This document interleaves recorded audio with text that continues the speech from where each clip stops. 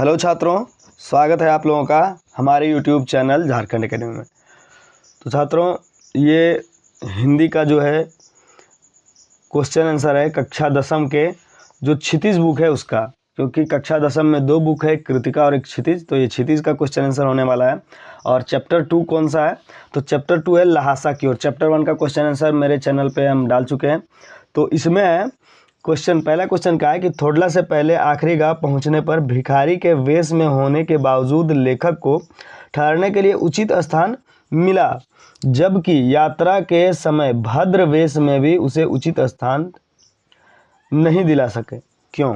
ठीक है, क्या कह रहा है कि ये जो थोडला का यात्रा, जब थोडला से पहले जब उसके आखिरी गांव था, थोडला से पहले का आखिरी गांव, तो उसमें जो लेखक थे वो भिखारी के वेश में चल रहे थे, भिखमंगे के वेश में। और भिखारी के वेश में चलने के बाद भी उनको वहाँ पे उचित स्थान, बढ़िया स्थान रहने के लिए मिल गया, ठहरने के लिए। लेकिन भद्र कहने का मतलब होता है अच्छा, अभद्र मतलब होता है खराब, और भद्र मतलब अच्छा। तो अच्छा ठीक ठाक वेश होने के बावजूद भी उसको उनकी दूसरी यात्रा जो कर रहे थे उसमें उचित स्थान उनको नहीं मिला। तो इसके पीछे का क्या कारण था? तो इसका कारण है कि इसका मुख्य कारण था संबंधों का महत्व। कहीं कहीं संबंध को अच्छा महत्व दिया जाता है। और तिब्बत में इस मार्ग पर यात्रियों के लिए एक जैसी व्यवस्थाएं नहीं थी, ठीक है। इसीलिए वहाँ जान पहचान के आधार पर ठहरने के लिए उचित स्थान मिल जाता था। यानी कि जिनका जान पहचान है उनको अच्छा स्थान नहीं मिलेगा, तो जिनका जान पहचान है उन्हीं को अच्छा स्थान मिलता था। और बिना जान पहचान के यात्री को भटकना पड़ता था। और दूसरा क्या कारण है कि तिब्बत के लोग शाम 6 बजे के बाद छंग, ठीक है, ये एक प्रकार का नशीला पदार्थ है, इसको पीकर मस्त हो जाते थे, यानी नशा में हो जाते थे। और तब वे यात्रियों की सुविधा का ध्यान नहीं रखते थे, ठीक है। तो ये दो कारण इसमें है। क्वेश्चन नंबर 2 की ओर चलते हैं। उस समय के तिब्बत में हथियार का कानून न होने के कारण यात्रियों पर किस प्रकार से भय बना रहता था? ये पढ़ाएं तुम आप लोग को चैप्टर, अगर आप लोग पढ़े होंगे तो ये इसमें चैप्टर में दिया हुआ है। सॉरी, हम नहीं पढ़ाएं, चैप्टर में दिया हुआ है। अगर आप लोग को अगर बुक पढ़ना होगा, ये चैप्टर पढ़ना होगा, तो आप लोग कमेंट बॉक्स में कमेंट करिएगा, हम चैप्टर भी पढ़ा देंगे। तो उस समय पे क्या था कि उस समय तिब्बत में हथियार संबंधी कानून न होने के कारण यात्रियों को हमेशा अपनी जान की खतरा बने रहते थे। यानी हथियार, जैसे यहाँ पे भी हथियार का कानून क्या है कि अगर किन्हीं को हथियार रखना है तो लीगली रखना होगा, यानी कि आपको लाइसेंस ले करके और प्रशासन को बता करके, प्रशासन को मालूम है कि आपके पास हथियार है, इस तरह का कानून है यहाँ। लेकिन वहाँ ऐसा कोई नहीं है, कोई लाइसेंस लेने की ज़रूरत नहीं है, ठीक है, कोई परमिशन लेने की ज़रूरत नहीं है। जिसको माने वो हथियार रख सकता है। तो लोग हथियार को लाठी डंडे की तरह लेकर चलते थे। हथियार कहने का मतलब क्या है कि जैसे बंदूक वगैरह हो गया, ठीक है, रिवॉल्वर वगैरह। तो ये क्या है कि घर में हम लोग कॉमनली लाठी डंडा कैसे रखते हैं, इसके लिए कोई परमिशन लेने की आवश्यकता नहीं है, लाइसेंस की ज़रूरत नहीं है। उसी तरह से वो लोग रखते थे। लाठी डंडा से तुलना किया गया है, समझ सकते हैं। डाकू अपने रक्षा के लिए यात्रियों या लोगों को पहले मार देते थे और तब देखने कि उनके पास कुछ है या नहीं। देखिए क्या करते थे कि केवल छीन छान नहीं होता था, छीनने से पहले लोग जान से मार देते थे, ताकि ये अब मेरा पहचान किसी को ना बता सके, ठीक है, या बाहर जा कर के प्रशासन में केस ना कर सके कि जो मर्डर किया है, या सॉरी जो लूटपाट किया उसको हमने देखा है, उसका चेहरा इस तरह से। तो पहले मार देते थे अपने सुरक्षा के लिए, और इस तरह हमेशा जान जोखिम में रहती थी। देखिए तीसरा क्वेश्चन क्या है, लेखक लड़कोर के मार्ग में, ठीक है, लड़कोर लिखा हुआ है, लड़कोर के मार्ग में अपने साथियों से किस प्रकार पिछड़ गया? तो इसमें क्या है कि लेखक लड़कोर के मार्ग में अपने साथियों से दो कारणों से पिछड़ गया। पहला क्या है कि उसका घोड़ा बहुत सुस्त था, मतलब धीरे धीरे चलता था, और वह रास्ता भटक कर 1.5 मील गलत रास्ते पे चला गया था और उसे वहाँ से वापस आना पड़ा, ठीक है। ये आप लोग जब चैप्टर पढ़े होंगे तो देखे होंगे, एकदम लाल हो गया था, 1.5 मील दूसरे रास्ते पे चला गया, और किसी से पूछने पे पता चला कि आप 1.5 मील गलत रास्ते में आ गए हैं, आप वापस मुड़ करके दूसरे रास्ते में जाइए, तो आपका मंजिल उधर है। तो 1.5 मील इधर वापस आना पड़ा था, और घोड़ा भी बहुत धीरे धीरे चल रहा था, जिसके कारण अपने मित्र से, अपने साथी से पीछे हो गए थे। चौथा क्वेश्चन क्या है कि लेखक ने शेखर बिहार में सुमति को उनके यजमानों के पास जाने से रोका, परंतु दूसरी बार रोकने का प्रयास क्यों नहीं किया। यजमान क्या होता है कि पुरोहित जो होता है ना, यानी कि पूजा करने वाला जो पुजारी, तो उनसे जो पूजा कराने वाले व्यक्ति हैं उनको यजमान कहा जाता है, जिसे हम लोग जजमान कहते हैं, यजमान। ठीक है, तो उत्तर क्या है कि लेखक जानता था कि शेखर बिहार में सुमति के यजमान रहते हैं। सुमति उनके पास जाकर बोध गया के गंडों के नाम पर किसी भी कपड़े का गंडा देकर दक्षिणा वसूला करते थे। ठीक है, यानी गंडा एक प्रकार का कपड़ा था जो शुद्ध कपड़ा माना जाता था कि ये हम कहाँ से लेकर के आए हैं, तो ये हम बोध गया से लेकर के आपके लिए आए हैं, क्योंकि ये सब बौद्ध भिक्षु थे। बौद्ध भिक्षु कहने का मतलब क्या है कि बौद्ध में जो पुजारी होता है, बौद्ध धर्म में पूजा करने वाले, ठीक है, यानी कि बौद्ध के जो संत होते हैं उसको बौद्ध भिक्षु कहा जाता है। तो ये बोध गया से शुद्ध चीज़ आपके लिए ला कर लाए हैं, शुद्ध वस्त्र, और उसको दे करके ये दक्षिणा वसूलते थे, और इस काम में वे हफ्ता लगा देते थे, इसीलिए मना कर दिया। ठीक है, कि यानी कि वहाँ जा कर के 1 हफ्ता रहना पड़ता था, इसीलिए मना कर दिया। लेकिन यहाँ जो दूसरी बार है वो उतना देर न लगने वाला था, इसीलिए नहीं रोका गया। 5वां क्वेश्चन क्या है कि अपनी यात्रा के दौरान लेखक को किन कठिनाइयों का सामना करना पड़ा। तो अपनी यात्रा के दौरान लेखक को विभिन्न कठिनाइयों का सामना करना पड़ा। एक बार वह भूलवश रास्ता भटक गया, दूसरी बार वे बहुत तेज धूप के कारण परेशान होना पड़ा। ठीक है, रास्ता जो भटक गया 1.5 मील, ठीक है, और दूसरा बार क्या है, धूप के कारण पूरा परेशान होना पड़ा, जो चेहरे पे चेहरा तक ढकने पड़ा, और धूप के विपरीत दिशा में चलना पड़ता था तो पूरा पीठ लाल हो गया था, सामने चलते थे तो पूरा फेस लाल हो जाता था। ये आप लोग चैप्टर में पढ़ चुके होंगे। 6वां प्रश्न क्या है कि प्रस्तुत यात्रा वृत्तांत के आधार पर आइए उस समय का तिब्बती समाज कैसा था, ये पता करते हैं कि उस समय का, बताइए कि उस समय का तिब्बती समाज किस प्रकार था। तो ये यात्रा वृत्तांत क्या होता है कि कहानी जो हम लोग पढ़ते हैं ना वो अलग अलग तरह का है, कोई लेख होता है, कोई निबंध होता है, ये यात्रा वृत्तांत है। ठीक है, यात्रा वृत्तांत कहने का मतलब क्या है कि लेखक किसी यात्रा पे गया और उस समय जो जितने चीज़ इनके साथ घटनाएं घटी, जितना चीज़ बीता, या जो जो देखते गए, जो कल्चर देखे, जो इनके साथ बीता, इस चीज़ को पूरे एक कहानी के रूप में, ठीक है, बताते गए, इसी को यात्रा वृत्तांत कहा जाता है। ठीक है, क्या कहा जाता है, यात्रा वृत्तांत।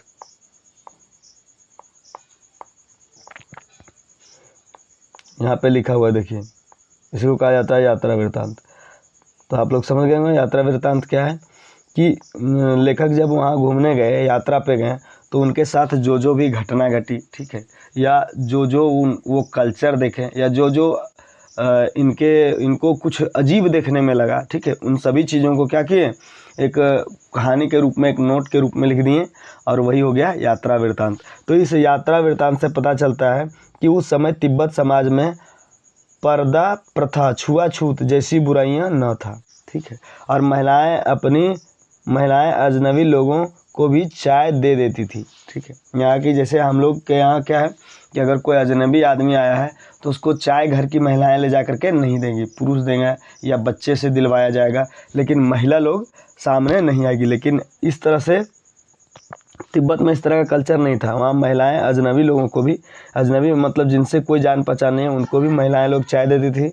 और निम्न श्रेणी के भिखमंगे को छोड़कर कोई भी किसी घर में जा सकता था। निम्न यानी कि एकदम गरीब, एकदम नीचे का जो श्रेणी का जो भिखमंगा है, उसको छोड़ करके बाकी जितने लोग हैं सब घर में प्रवेश कर सकते हैं। कोई भी अजनबी भी घर में प्रवेश कर सकता है, लेकिन ठीक ठाक पोशाक, ठीक ठाक वेशभूषा में होना चाहिए।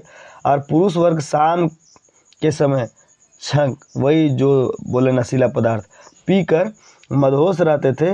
वे गांडों पर अगाध विश्वास रखते थे, वही जो बोला गया है कि बोध गया से लाया हुआ वस्त्र। ठीक है, और समाज में अंधविश्वास का बोलबाला था।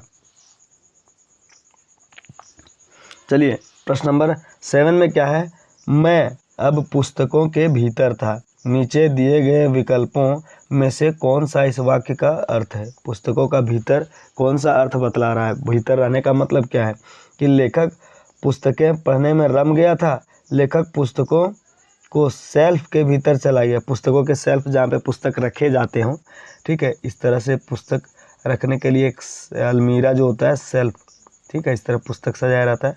तो वही कह रहा है कि क्या उसके सेल्फ के नीचे चला गया था, या लेखक के चारों ओर पुस्तकें थी, यानी चारों ओर पुस्तक भरा हुआ था और वो बीच में था। अब पुस्तक में लेखक का परिचय और चित्र छपा था नहीं, तो लेखक पुस्तक पढ़ने में रम गया था। इसका सही आंसर क्या होगा? क वाला। लेखक क्या है? पुस्तक पढ़ने में रम गया था, यानी कि उसको अपने आसपास की कोई भी चीज़ों का किसी तरह से कोई ख्याल नहीं था। रमना का मतलब क्या है कि आप जहाँ पे हैं उसी में पूरी तरह से एकदम घुस गए हैं। आपके आसपास क्या बीत रहा है, ये सब चीज़ों की कौन सी घटनाएं हो रही है आपके आसपास, ये सब चीज़ों का कोई होश ख्याल ना होना। ठीक है।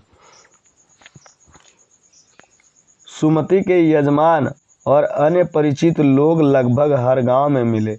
इस आधार पर आप सुमति के व्यक्तित्व को किन विशेषताओं का चित्रण करते हैं? तो क्या है कि सुमति के यजमान और परिचित हर गांव में मिलने से उनकी अनेक विशेषताओं का पता चलता है। कौन सा? तो यहाँ पे देखिए कुछ विशेषताएं दी हुई है। तो सुमति मिलनसार और हंसमुख व्यक्ति थे, जिनकी जान पहचान का दायरा विस्तृत था, यानी कि बड़ा था। ठीक है, विस्तृत मतलब बड़ा था दायरा।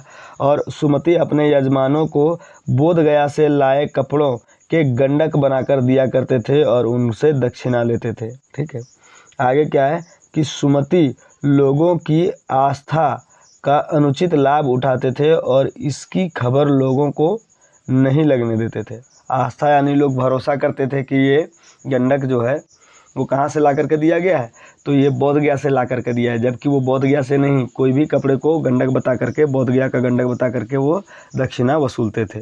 तो ये क्या है, उनकी आस्था का लाभ उठा रहे हैं। ठीक है, उनका जो विश्वास है, उनका जो भरोसा है, उसको रोनते हुए अपना लाभ ले रहे हैं। और वे बौद्ध धर्म में गहरी आस्था रखते थे।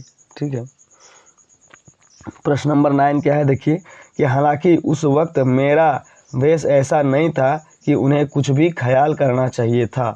उक्त कथन के अनुसार हमारे आचार व्यवहार के तरीके वेशभूषे के आधार पर तय होते हैं। आपकी समझ में यह उचित है अथवा अनुचित? यानी कि ये कहने का मतलब है कि ये जब भिखारी के वेश में गया था तो इनका देख रेख या इनका ख्याल नहीं रखा गया। ठीक है, तो वही कह रहे हैं कि हमारा भेष उस समय उस तरह से नहीं था।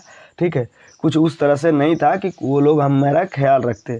तो ये जो कथन बोला गया है इसके अनुसार पर क्या तय होता है कि लोग आपके वेशभूषा को देख करके आपको कितना इज्जत देना चाहिए, इस चीज़ का पता लगाते हैं। ठीक है, कि अगर कोई बहुत अच्छा कपड़ा पहन के सूट बूट में आया है तो उनको चेयर मिलना चाहिए, बढ़िया गद्दे वाली चेयर। ठीक है, अगर कोई ऐसे नॉर्मल कपड़ा पहन करके आया है तो कहीं भी बैठा दीजिए।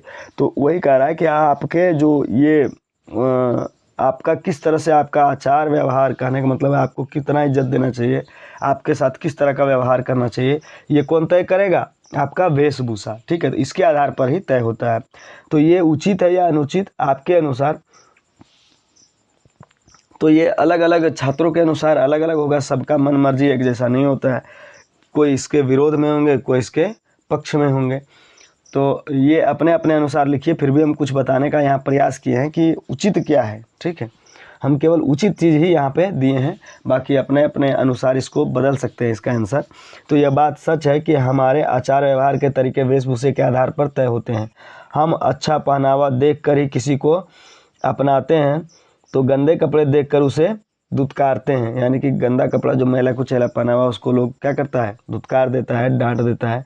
लेकिन भिखमंगों के वेश में यात्रा कर रहा था, इसीलिए उसे यह अपेक्षा नहीं थी कि शेखर विहार का भिक्षु उसे सम्मान पूर्वक अपनाएंगे। ठीक है, शेखर विहार में भिक्षु जो थे, भिक्षु कहने का मतलब भिखमंगा नहीं, भिक्षु कहने का मतलब वही बौद्ध धर्म के पुजारी या बौद्ध धर्म के संत, तो वो जो थे भिखमंगे का रूप देख करके इनको सम्मान नहीं दिए। ठीक है, तो सम्मान पूर्वक अपनाएंगे, ये इनकी अपेक्षा भी, इनका सोच भी नहीं था कि इस तरह से कुछ होगा। ठीक है, तो मेरे विचार में वेशभूषा देखकर व्यवहार करना पूरी तरह से ठीक नहीं है। ठीक है, अगर किसी के साथ समस्या है कि वो अच्छा कपड़ा नहीं पहन सकता है, लेकिन उनकी भावनाओं को आहत तो हम नहीं कर सकते हैं ना, उनकी भावना को ठेस नहीं पहुंचा सकते हैं कि केवल उनके कपड़े को देख करके, उनके पहनावे को देख करके उनको कितना इज्जत देना चाहिए इसका अंदाज़ा नहीं लगाया जाता है। ठीक है, और अनेक संत महात्मा और भिक्षु साधारण वस्त्र पहनते हैं, किंतु वे उच्च चरित्र के इंसान होते हैं। और पूज्य होते हैं, परंतु यह बात भी सत्य है। आगे भी दिया हुआ है कि बहुत सारे साधु महात्मा जो हैं वो एकदम साधारण कपड़े में होते हैं, बहुत ज़्यादा चमक धमक और या बहुत ज़्यादा नहीं। अब जैसे गांधी जी की बात की जाए तो एक धोती में वो अपना पूरा ज़िंदगी बिता दिए हैं, लेकिन उनका चरित्र क्या था? तो चरित्र इंसान के अच्छे होते हैं या उच्च चरित्र के होते हैं। तो देखिए आगे क्या कहता है कि परंतु यह बात भी सत्य है। क्या सत्य है? कि वेशभूषा से मनुष्य की पहचान होती है। ठीक है, बहुत सारे स्थिति में ये भी बात है, मनुष्य का पहचान उसके वेशभूषा से ही होता है। बहुत सारे परिस्थिति ऐसे आते हैं जब वेशभूषा से उनका हम पहचान कर सकते हैं, और हम पर पहला प्रभाव वेशभूषा के कारण ही पड़ता है। उसी के आधार पर हम भले बुरे की पहचान कर सकते हैं। पहला प्रभाव जो है किसी को देख करके ही अंदाज़ा लगा सकते हैं। तो कोई भी व्यक्ति अगर अच्छा है या बुरा है तो सबसे पहले कैसे पहचान होता है? तो उसके चेहरा, उसके पहनावा, उसके वेशभूषा को देख करके हम पहचानते हैं। तो इसीलिए कहा जाता है कि वेशभूषा भी ज़रूरी है। ये कारण है कि क्या आपका वेशभूषा देख करके आप लोगों का क्या प्रभाव पड़ेगा लोगों पर, और आपके साथ किस तरह का व्यवहार होगा। तो ये भी है, लेकिन इसी का महत्व बहुत ज़्यादा नहीं देना चाहिए। ठीक है, यात्रा वृत्तांत के आधार पर तिब्बत की भौगोलिक स्थिति का शब्द चित्र प्रस्तुत करें। अब वहाँ की स्थिति आपके मतलब आपके हिसाब से क्या है? राज्य है या शहर? किस प्रकार की भिन्नता है? राज्य या शहर में किस प्रकार की भिन्नता है? मतलब कि आप जिस राज्य में या जिस शहर में रह रहे हैं तो वहाँ की स्थिति से आपका किस प्रकार भिन्न है, किस प्रकार अलग है। तो चलिए, ये भी विद्यार्थी के हिसाब से इसका भी प्रश्न का उत्तर अलग अलग हो सकता है। ठीक है, लेकिन हम अपने स्थितियों को देख करके हम इसमें कुछ चित्रण करने का प्रयास किए हैं, और जो जहाँ रहते हैं उनके हिसाब से इसमें बदल सकता है। ठीक है, आपका शहर अलग है, मेरा शहर अलग है, हो सकता है हम और आप एक ही शहर से हो सकता है बहुत राज्य भी अलग हो। तो ये जो है अलग अलग हो सकता है उसके हिसाब से। तो यात्रा वृत्तांत से ज्ञात होता है कि तिब्बत भारत और नेपाल से लगता हुआ देश है, जहाँ कुछ समय तक आने जाने का प्रतिबंध था। ठीक है, तिब्बत और नेपाल से लगता हुआ देश, तिब्बत है जो भारत, तिब्बत देश का नाम क्या है? तिब्बत, जहाँ पे लोग गए थे घूमने, उसकी राजधानी है लहासा। ठीक है, जो लहासा की ओर है तो उसकी राजधानी है, तिब्बत की राजधानी है। तो ये भारत और नेपाल से लगता हुआ है, तो कुछ दिन तक प्रतिबंधित रहा, वहाँ पे आ जा नहीं सकते हैं। और यह स्थान समुद्र तल से काफ़ी ऊंचा है, और यहाँ 17-18 हज़ार फीट ऊंचे डांडे हैं। कितना? तो 17-18 हज़ार फीट ऊंचे डांडे हैं, जो खतरनाक जगह हैं। ये डांडे नदियों के मोड़ और पहाड़ों की चोटियों के कारण बहुत ऊंचे नीचे हैं। ठीक है, जैसे नदी आया तो इधर से नदी आकर के से मुड़ गया, तो यहाँ पे बहुत सारा मिट्टी ला करके जमा कर देता है, और पहाड़ वगैरह के कारण क्या है, बहुत सारा नीचे ऊंचा है। और यहाँ एक और हजारों बर्फ़ से ढके हुए शिखर हैं, तो दूसरी ओर भीटे और जिन पर बहुत कम बर्फ़ रहती है। ठीक है, यानी कि एक और बर्फ़ का मोटी परत लगा हुआ है, पहाड़ ढका हुआ है, दूसरे ओर क्या है, बर्फ़ का बहुत कम मोटा परत है। ठीक है, कम बर्फ़ है। यहाँ विशाल मैदान भी है जो पहाड़ों से घिरे हुए हैं। अलग अलग स्थिति बताया जा रहा है। यहाँ वे विचित्र जलवायु हैं, जलवायु में सूर्य की ओर मुँह करके चलने पर माथा जलता है। ठीक है, यानी कि इस तरह का जलवायु है कि नीचे से रेत भी तपता है। ठीक है, और बर्फ़ भी बहुत ज़्यादा है बहुत जगहों पे। तो क्या है कि अगर सूर्य की ओर माथा करके चले तो माथा बहुत जलता है, और जबकि कंधा और पीठ बर्फ़ की तरह ठंड हो जाते हैं। ठीक है, कंधा क्या होता है, जिधर सूर्य का प्रकाश पड़ रहा है उधर गर्मी है, और पीछे की तरफ क्या होता है, ठंड हो जाता है। यह स्थिति हमारे राज्य और शहर की से पूरी तरह से भिन्न है। ठीक है, एक दो लाइन में आप यहाँ अपने राज्य और शहर की स्थितियों का चर्चा कर सकते हैं। ठीक है, या इतना भी लिखेंगे तो आपका नंबर नहीं कटेगा, लेकिन एक दो लाइन यहाँ पे दे सकते हैं। ठीक है, आपने भी किसी स्थान की यात्रा अवश्य की होगी। यात्रा के दौरान हुए अनुभवों को लेख में लिखकर प्रस्तुत करें। मतलब आप अगर कहीं यात्रा किए हैं तो आपने यात्रा वृत्तांत को यहाँ पे लिखिए। तो ये भी परीक्षा के लिए उपयोगी नहीं है, सभी व्यक्तियों के लिए अलग अलग होगा, सभी जितने भी छात्र हैं सबके लिए अलग अलग होगा। सब एक जगह तो घूमने गए नहीं होंगे अपने अनुसार, और एक जगह अगर कोई घूमने गया भी होगा तो सबका एक्सपीरियंस अलग अलग होता है, अनुभव अलग अलग होता है। तो ये परीक्षा के लिए उपयोगी नहीं है, लेकिन आप लोग लिख सकते हैं अपने अनुसार। यात्रा वृत्तांत गद्य साहित्य की एक कथा है। आपकी इस पाठ्य पुस्तक में कौन कौन सी विधाएँ वस्तुएँ विधाएँ यानी कि प्रस्तुत विधा उनके किन मायने में अलग है। ठीक है, तो कौन कौन सी विधा है? दो बैलों की कथा है जो कहानी है। ठीक है, लासा की ओर है ये यात्रा वृत्तांत है। ठीक है, उपभोक्ता की संस्कृति ये निबंध है। उपभोक्ता की संस्कृति तीसरा चैप्टर है। सांवले सपनों की याद ये संस्मरण है। संस्मरण कहने का मतलब क्या है कि जब लोग पूरा पहले की चीज़ों को याद करते हैं, बीते हुए समय को याद करते हैं, तो उसको संस्मरण कहा जाता है। नाना साहब की पुत्री देवी, ठीक है, ये रिपोर्ताज है। रिपोर्ताज, ठीक है। मैना को भस्म कर दिया गया, ये मैना को भस्म कर दिया गया। और प्रेमचंद के फटे जूते, ये क्या है? व्यंग है। ये दोनों व्यंग है। व्यंग यानी कि मजाक उड़ाने वाला। ठीक है, और मेरे बचपन के दिन, ये भी संस्मरण है, बचपन के समय को याद किया जा रहा है। एक कुत्ता और एक मैना, ये निबंध है। ठीक है, तो यह पाठ विधाओं में से इसीलिए अलग है क्योंकि यह यात्रा वृत्तांत है जिसमें लेखक द्वारा तिब्बत की यात्रा का वर्णन किया गया है, और यह उसकी यात्रा का अनुभव है। तिब्बत में जो यात्रा किया उससे क्या अनुभव मिला, ये उसकी है। ठीक है, न कि मानव के चरित्र का चित्रण है जैसा कि अन्य विधाओं में होता है। तो ये अपने यात्रा का अनुभव है, सीधा सीधा जो यात्रा किया उसमें से जो अनुभव मिला वही है। ठीक है, चलिए नेक्स्ट प्रश्न की ओर चलते हैं। नेक्स्ट प्रश्न में क्या है कि 13 नंबर में है कि किसी भी बात को अनेक प्रकार से कहा जा सकता है, जैसे सुबह होने से पहले हम गांव में थे। ठीक है, पौ फटने वाली थी और हम गांव में थे। तारों की छांव रहते रहते हम गांव पहुंच गए। नीचे दिन गए वाक्य को अलग अलग तरीके से लिखिए। जान नहीं पड़ता था कि घोड़ा आगे जा रहा है या पीछे। ठीक है, पता नहीं चलता था कि घोड़ा आगे जा रहा है या पीछे, यानी कि इसको, ये अर्थ यही रहना चाहिए लेकिन शब्द का वाक्य बदल जाना चाहिए। तो वाक्य बदल जाता है। तो यहाँ पे देखिए क्या, जान नहीं पड़ता था कि घोड़ा आगे जा रहा है या पीछे, तो इसको हम किस प्रकार से लिख सकते हैं कि कभी पता नहीं चलता था कि घोड़ा आगे जा रहा है या पीछे, या कभी लगता था कि घोड़ा आगे जा रहा है, कभी लगता था कि पीछे जा रहा है।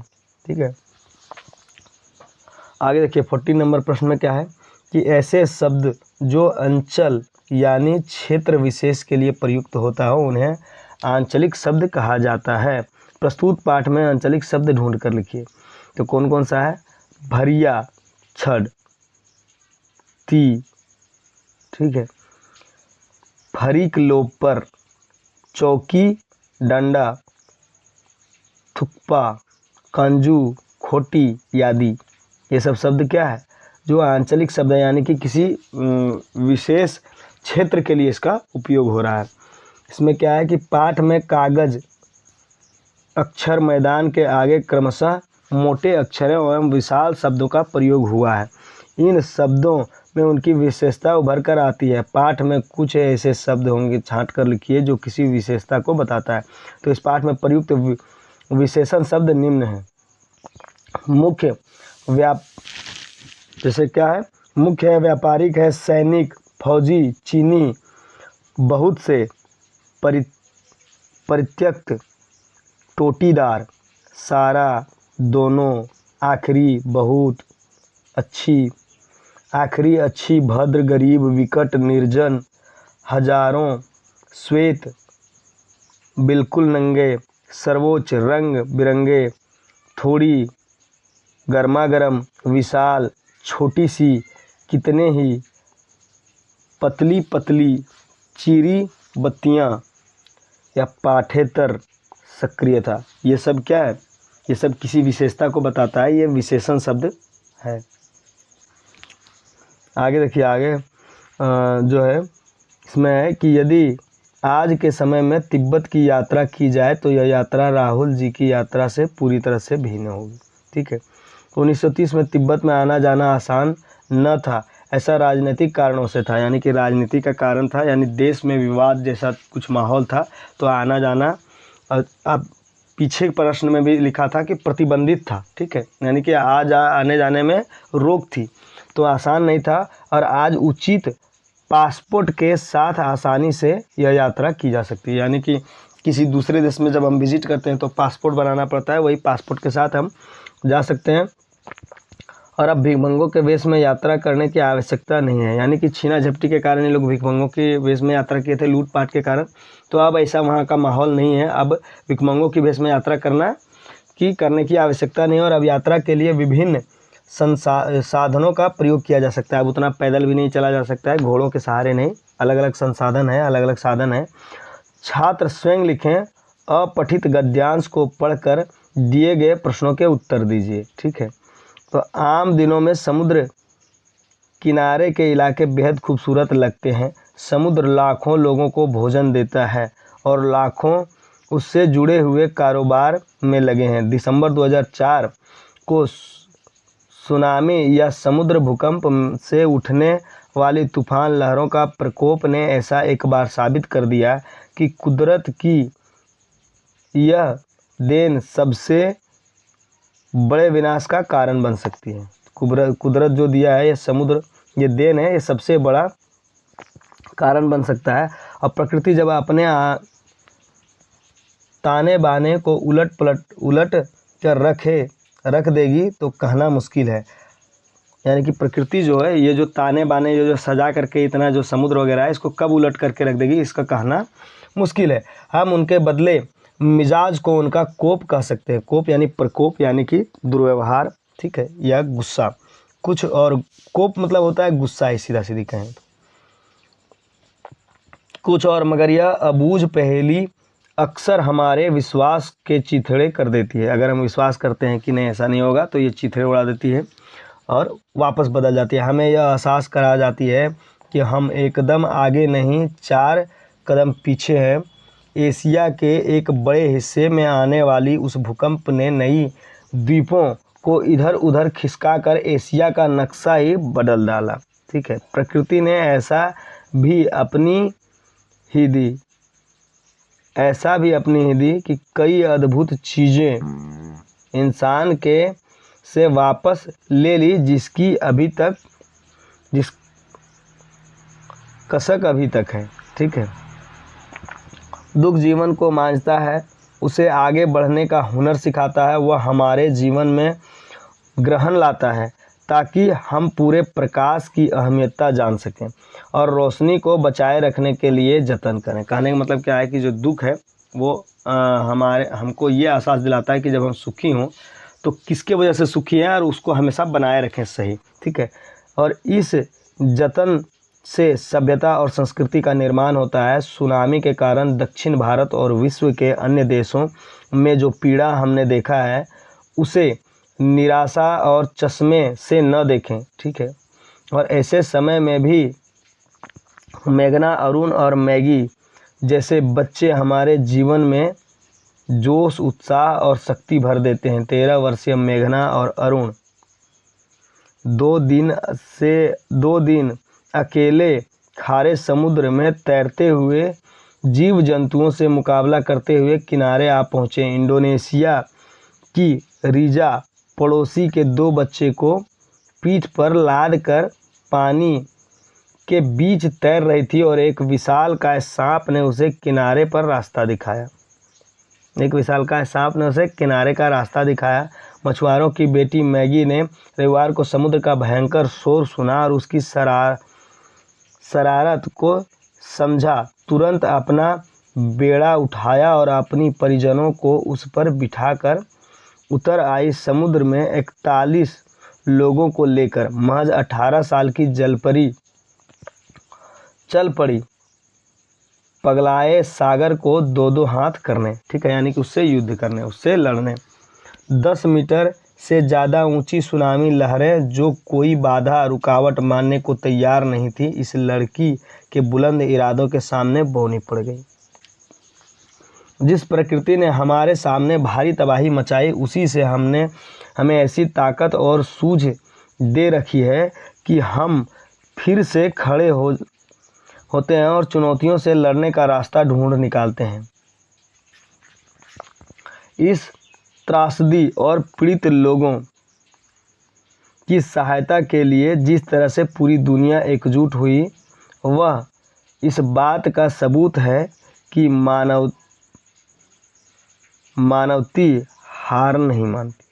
ठीक है, यानी मानवता कहने का मतलब है कि कौन सी आपदा को सुनामी कहा जाता है। ये प्रश्न आप लोगों के लिए है, ये हम पढ़ा दिए हैं। ठीक है, और इसके उत्तर आप लोग अपने खुद से देंगे।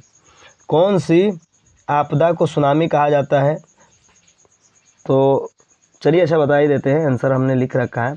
तो भीषण भूकंप के कारण समुद्र में आने वाली तूफानी लहरों को सुनामी कहा जाता है। यह आसपास के इलाकों को नष्ट कर देता है। दूसरा क्या है, दुख जीवन को मांझता है और उसे आगे बढ़ने का हुनर सिखाता है।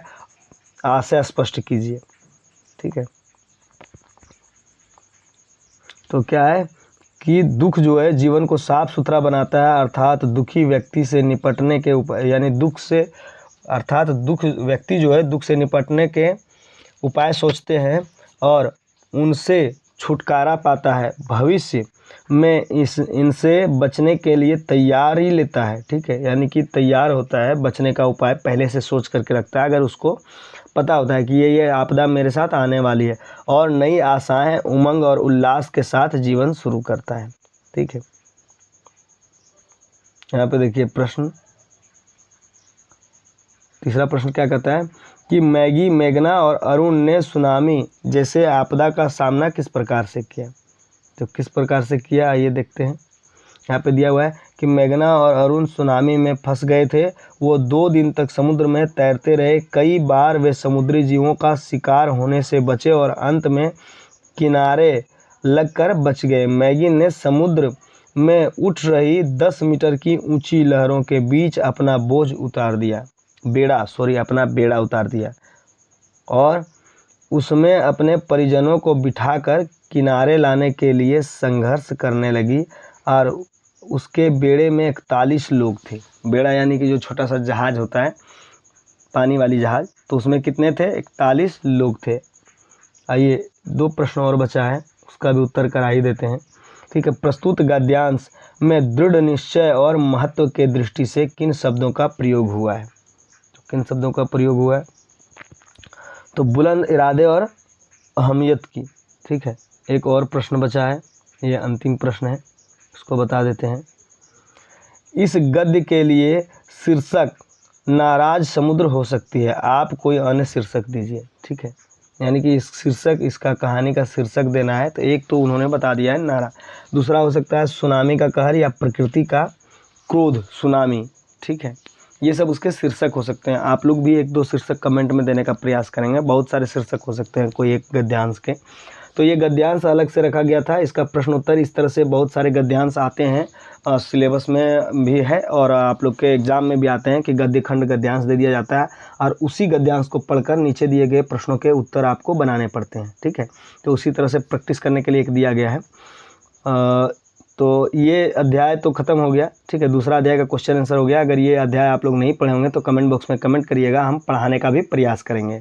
ठीक है, और इसी तरह के और भी वीडियो हमारे चैनल में आते रहेंगे। ठीक है, तो उसको देखने के लिए हमारे चैनल को लाइक करें, शेयर करें, सब्सक्राइब करें और शेयर करें स्पेशली अपने उन दोस्तों के साथ जो क्लास 7, 8, 9, 10 की NCERT या JCERT की तैयारी कर रहे हैं। ठीक है, धन्यवाद, जय हिंद।